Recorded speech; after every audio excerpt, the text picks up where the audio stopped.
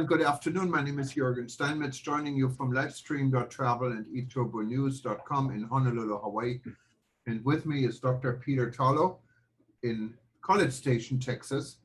Since we always start with the weather, it seems like it's a fairly nice day. I haven't been outside yet, been working very hard all day, but it looks like fairly blue sky and sunny for the most part. How is everything in Texas? All of today is typical summer Texas weather. So it's around, and the Fahrenheit scale is about between 95 and 100, or about 36, 37 on the Celsius scale. And it's it's humid. So I tell people, this is why we have such beautiful skin, because we live in a boiling bottle of oil of Olay. We never have a chance to get wrinkles. Our skin is always being moisturized, if we like it or not. So it's a typical summer day here. The summers in Texas can be pretty brutal. A lot of Texans go off to Colorado, to the mountains, because they want to escape the heat. I, on the other hand, grew up in New Jersey. It was cold, and I love it when it's 96 degrees, so it doesn't bother me at all. But it is warm, and if you're not used to hot weather, you're not going to like it here, especially hot, humid weather. Yeah, we're lucky here in Hawaii with weather is pretty much always the same in the upper 70s, and it's the same right now. It's a little bit hotter. It's summer, but we don't get into the hundreds. So we try to. We've had a real extreme year here because we had the terrible ice storm, if you remember, and everything that took place with that shocking ice storm, which is once in 100 years. And then we're now having our typical summer weather. So it's gone from negative about 20 degrees to 100 degrees on the Fahrenheit scale, and about -5 degrees to about almost 38 degrees on the Celsius scale. That's pretty warm. Yeah, no, it's fine, but there's a lot going on in the world. We have a building that collapsed, and I think we're one of the first media actually pinpointing what building it was. It was an apartment building next to a resort hotel, actually, on Collins Ave, what is right, the oceanfront. The heart of Miami Beach. Yeah, the heart of Miami Beach. Well, it's in Surfside, well, it's a little bit outside Miami, but it's of course part of the greater Miami area. So how could a building, it's a 12-story building, it first collapsed, half of the building collapsed, and then the other half collapsed hours later. How do you think this could happen? It's incredible. There are almost 100 people now missing, and a few people are already dead. So it really, it's unheard of. Yes, it is. And I'm sure there's going to be a lot of speculation. I'm sure people are going to talk about anything from poor construction, which I find really hard to believe in the United States, where there's so many inspections and so many regulations, but that is hypothetically a possibility. I guess on the other end of the spectrum, some form of terrorism. And I'm sure we're going to hear every possibility in between. It's going to take them quite a while, because first, no one knows how many people died, but many people may have died. It happened in the middle of the night. Lots of people were sleeping, so it was literally the floor caved in from underneath people. And they're still looking for people. They're not even going to try to figure out what happened until they try to save as many lives as they can. I understand that the government is really working well. The city government, the state government, and the federal government. The White House has called and offered any aid that it could give. Governor DeSantis has done a wonderful job in Florida. And the mayor was really bipartisan. He had great praise both for Democrats and for Republicans. And that's really what it should be. In a crisis like this, people should come together, forget about party, and work to eliminate the suffering, which will be terrible, and the trauma. And I assume there'll be a little bit of fear in Miami, because it appears that, let's assume it was a construction error. I don't know if that's true or not. But if were that to be true, I don't know if that was the only building built by that developer, or if there were other buildings. And therefore, that's something that people are going to think about. Of course, if God forbid it was an act of terrorism, then that's going to create a whole nother set of fear for the tourism industry, which is going through a hard period, as you well know. I'm taking a group to Israel, and first we were ready to go. Then yesterday, the Israeli government said that because of the newest variant of COVID, they didn't want foreigners coming in.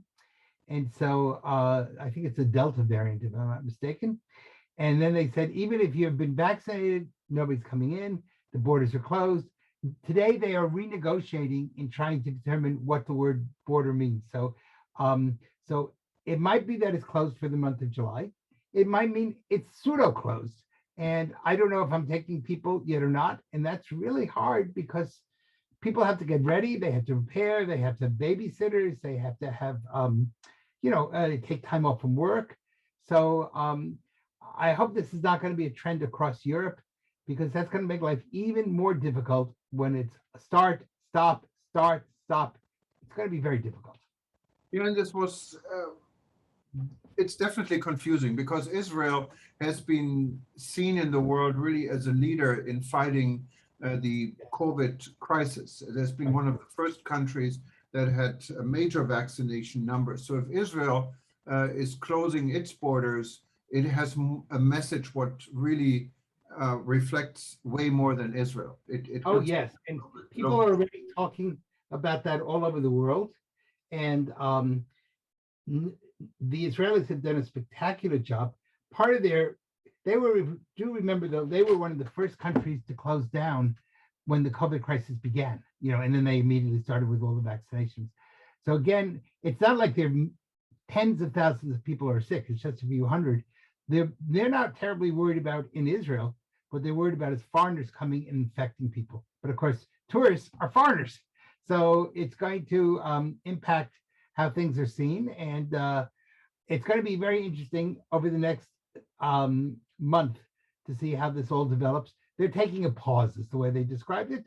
They were going to officially be, all tourists were welcome on July 1st. Now they're saying all tourists are welcome on August 1st. So they're, of course, looking at it from their perspective. We're looking at it from the perspective of the consumer, not of the producer. So that's going to be a different issue. Yeah, well, if we look at this in our own country, in the United States, we have the 4th of July weekend coming up. What is a major travel holiday? It's probably one of the biggest travel holidays outside of Thanksgiving.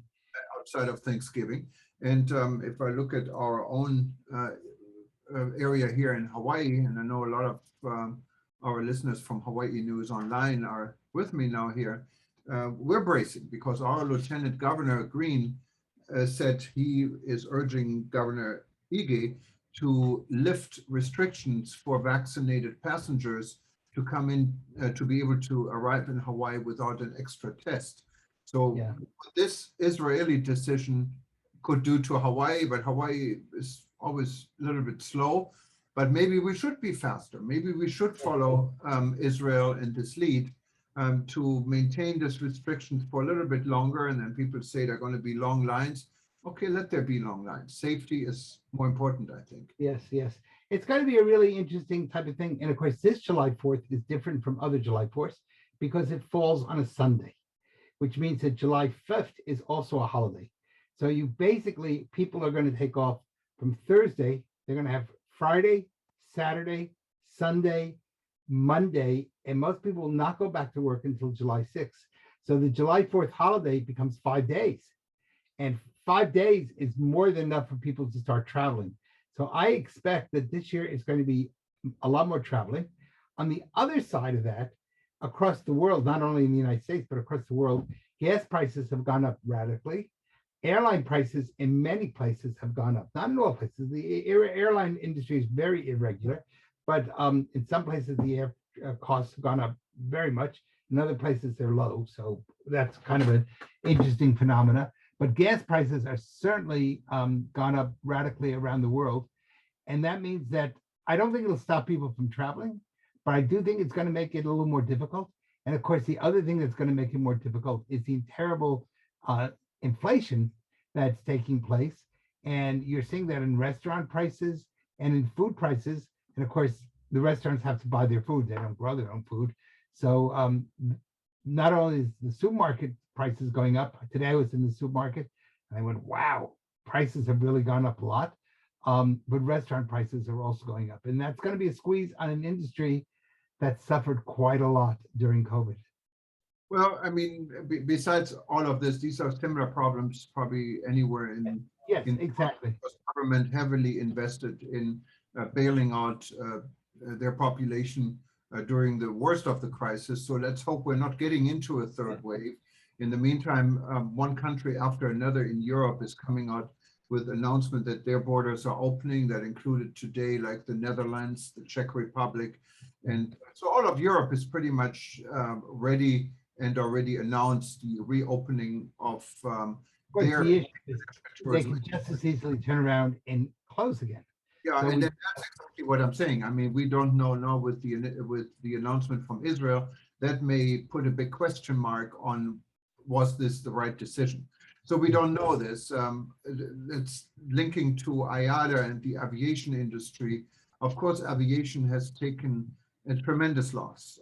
Many airlines went into bankruptcy, billions of dollars lost. In Africa alone, there is $7.7 billion losses in aviation, and 7 million jobs are on hold. And this is only in Africa, what is right. relatively. And I think that's really important to emphasize, because in a rich part of the world, you might be able to have the economics that help people get through a rough time. But Africa, many of its countries are very poor and they don't have those resources. And if people lose their jobs, there may not be a social net to help them. And that therefore causes political unrest, all sorts of other issues. And so I really am worried about Africa, because God forbid, if a third wave really hits Africa, they're going to have a very hard time. They don't have the hospitalization, they don't have the medicine, and it could really decimate Africa. So yeah, and that's a good link, because we're going to be attending a press conference now, and you can listen in. It happened this morning or at 12 noon Paris time, and it was a joint press conference between the World Health Organization and AYADA, the International Air Transport Association. And World Health Organization is unfortunately predicting a third wave, and they say will hit Africa a lot harder. And that's very unfortunate prediction. AYADA says we are not going to see a back to normal till 2024. So it's also kind of a grim outlook on the aviation industry. But AYADA is trying to be proactive. One of the biggest hurdle for those that can actually travel, people who are vaccinated and people who are ready to see the world again and think they can do this safely. It's even if you're ready to travel, and you can see it in your own case with your group going to Israel, regulations are changing by the minute. By the day, by the minute. So AYADA came up with the AYADA Pass, what is an attempt to streamline all these international regulations and make it easier for the traveler to travel. So far, 60 major airlines are in a test phase. Just Air France this morning announced they're going to implement it.